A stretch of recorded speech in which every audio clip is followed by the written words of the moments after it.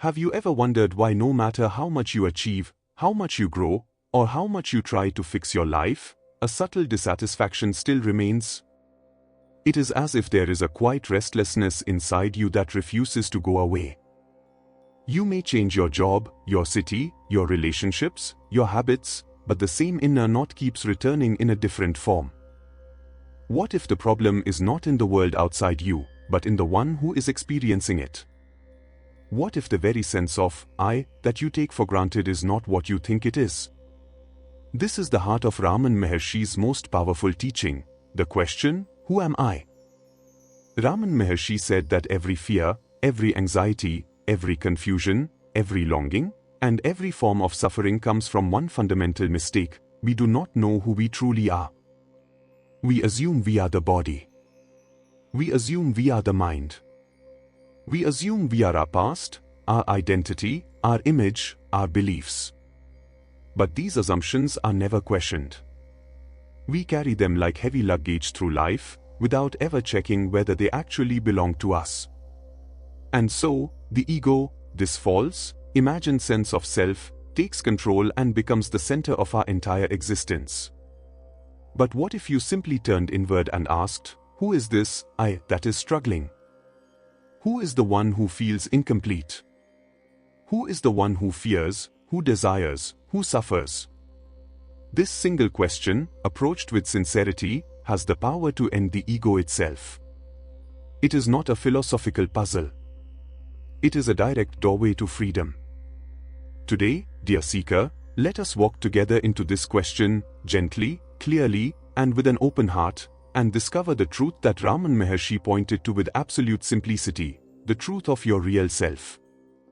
Ramana Maharshi's teaching, who am I, did not come from philosophy, scripture, or spiritual tradition. It arose from a direct and life-changing experience he had at the age of 16. One ordinary afternoon, he was struck by an intense and overwhelming fear of death. It was not just a thought or a worry, it was a powerful feeling that he was about to die right there and then. Instead of running away or distracting himself, he did something extraordinary. He surrendered completely to the experience. He lay down on the floor, stiff like a corpse, and allowed the sensation of dying to take over. But while the body felt frozen, something deeper awakened within him. He began to inquire silently, what is dying? This body may die, but is this body truly me? The body is inert, it does not declare, I. Thoughts also rise and fall, but they are not constant. So who am I, really? In that moment of inward turning, he discovered a profound truth. Even when the idea of death occurred, there was still a silent awareness watching the fear. Something was present, unchanging, untouched by the imagined death. That presence, that stillness, was the real self. It was pure consciousness, silent, alive, and infinite. This realization transformed him completely. The fear vanished. The sense of individuality dissolved. What remained was a steady, natural peace that never left him again. From that day onward, Ramana Maharshi no longer lived as a separate person with personal desires or fears. He became a living embodiment of the self, radiating silence and clarity. And out of this spontaneous awakening came his simplest and most direct guidance to all seekers: turn inward and ask, who am I? Not to find an answer in words, but to discover the same eternal presence he uncovered at 16, the awareness that is your true nature. When Ramana Maharshi spoke about the ego, he did not refer to it as something evil, dangerous, or powerful. He described it very simply: the ego is only a misunderstanding. It is the mistaken belief that the pure, formless awareness within you is the same as the temporary body and mind. The ego says, I am this person. I am this age. I am my story. I am my emotions. I am my achievements. I am what others think of me. But all of these things change constantly. The body grows and ages. Emotions rise and fall. Thoughts come and go like clouds. Roles, relationships, and identities shift throughout life. If something is constantly changing, how can it be who you truly are? Raman explained that the ego is not a real entity, it is only a movement. It rises when a thought appears, and it disappears when the mind becomes quiet. He compared the ego to a shadow that seems solid but has no substance of its own. It exists only because something else is standing in the light. In the same way, the ego appears only because awareness is present. Awareness is the light, the ego is just the shadow.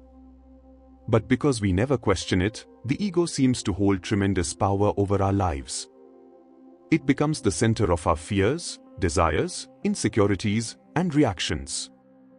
It is responsible for the constant feeling of me versus the world, my success, my failure, my pain, and my story.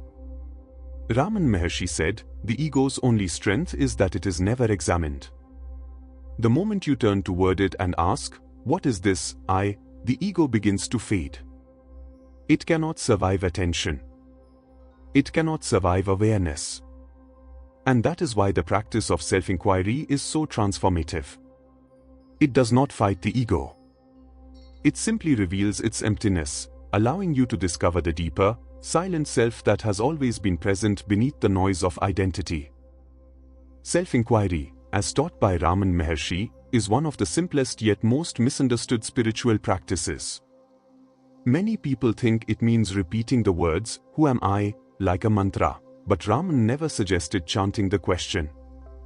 For him, self-inquiry was not about repeating a phrase, it was about turning your attention inward, away from the world and toward the silent source of the mind. It is a living investigation, a moment-to-moment exploration of your inner experience.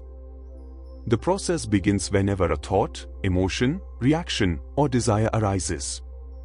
Instead of engaging with it or following it, you gently pause and ask, to whom has this thought come? The natural answer is, to me. Then you inquire deeper, who is this, me? Where does this sense of I arise from? This simple turning inward creates a powerful shift. Normally, we chase thoughts, trying to solve them, resist them, or control them. But self-inquiry does the exact opposite. It withdraws attention from the thought and redirects it toward the thinker. It is not about analyzing your past, dissecting emotions, or creating new mental concepts. It is about locating the very source from where the feeling of I springs. When you ask, who am I, you are not looking for a verbal answer. You are looking for the place in consciousness where the ego emerges.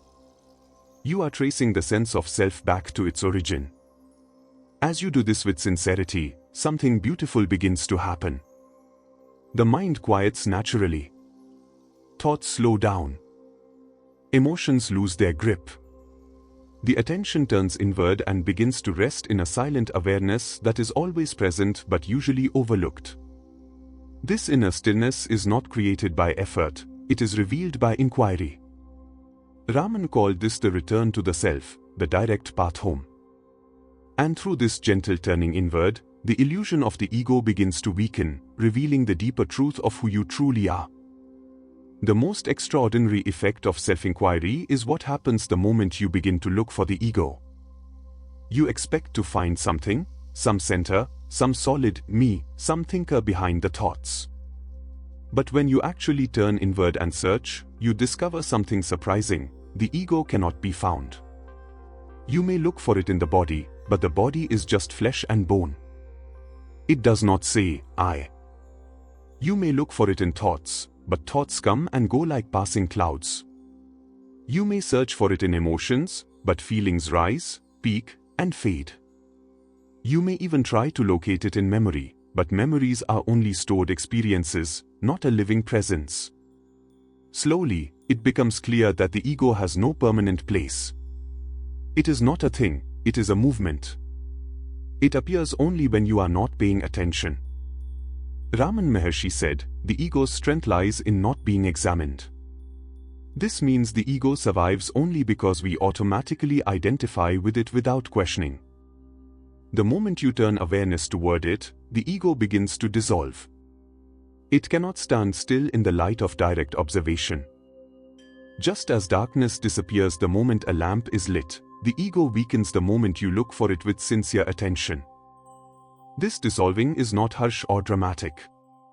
It is soft, gentle, and natural, like mist fading as the morning sun rises.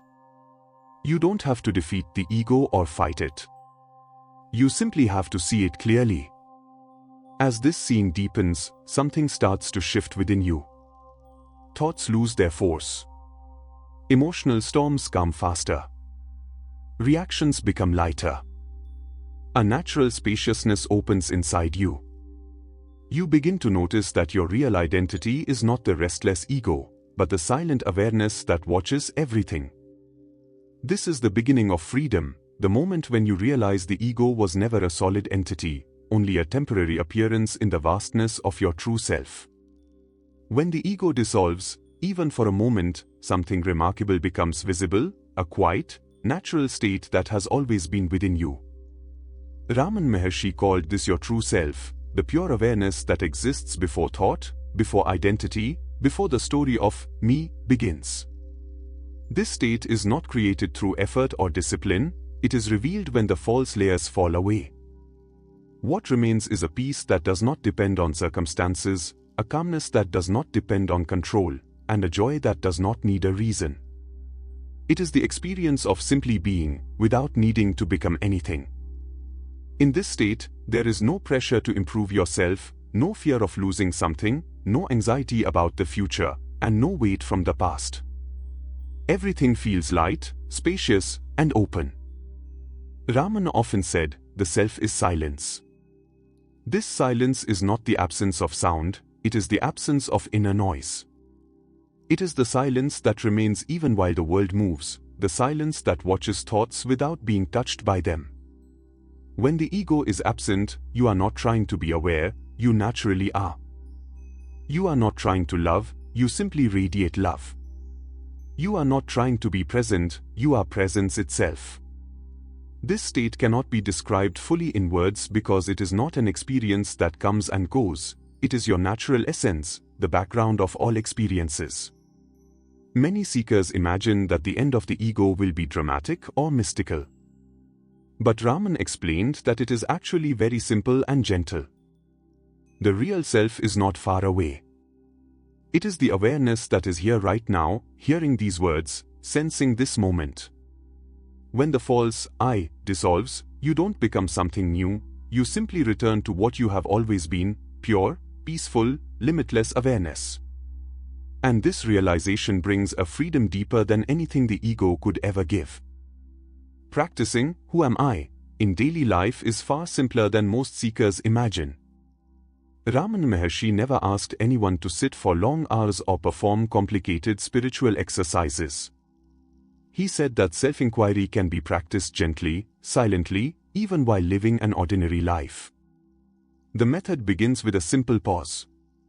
Whenever a thought appears, whether it is worry, anger, desire, planning, comparison, or fear, you don't try to fight it or suppress it. Instead, you become curious. You ask, "To whom has this thought arisen?" The natural answer will be, "To me." Then, with softness and sincerity, you ask the deeper question, "Who is this me?" Where does this sense of I come from? You are not trying to find a mental answer. You are turning attention back toward the source of the I feeling.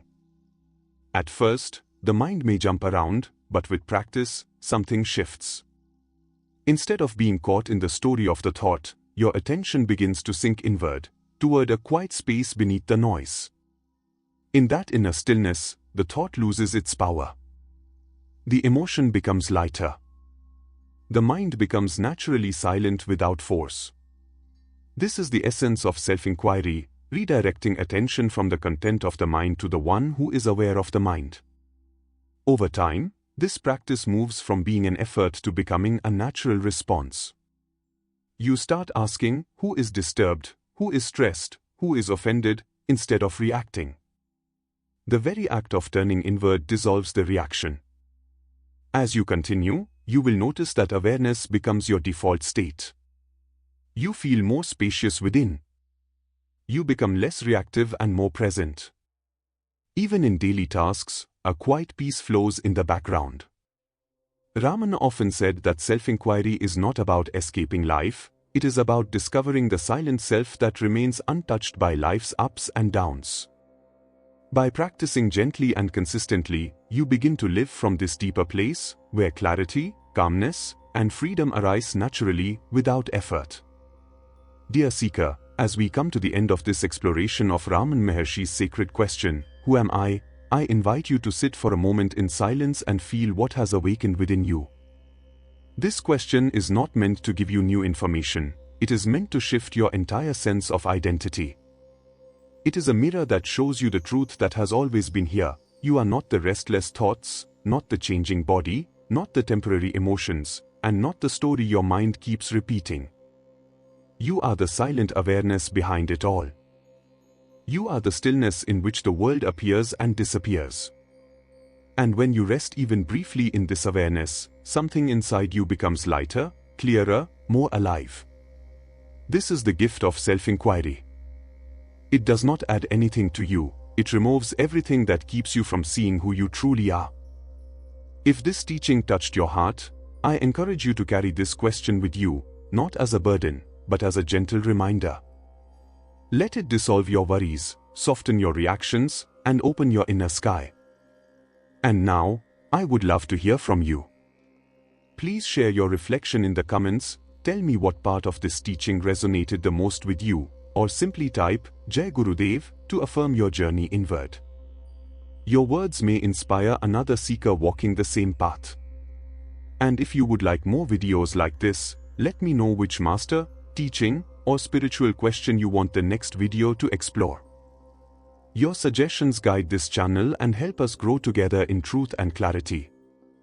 Thank you for your presence, your sincerity, and your devotion to inner awakening.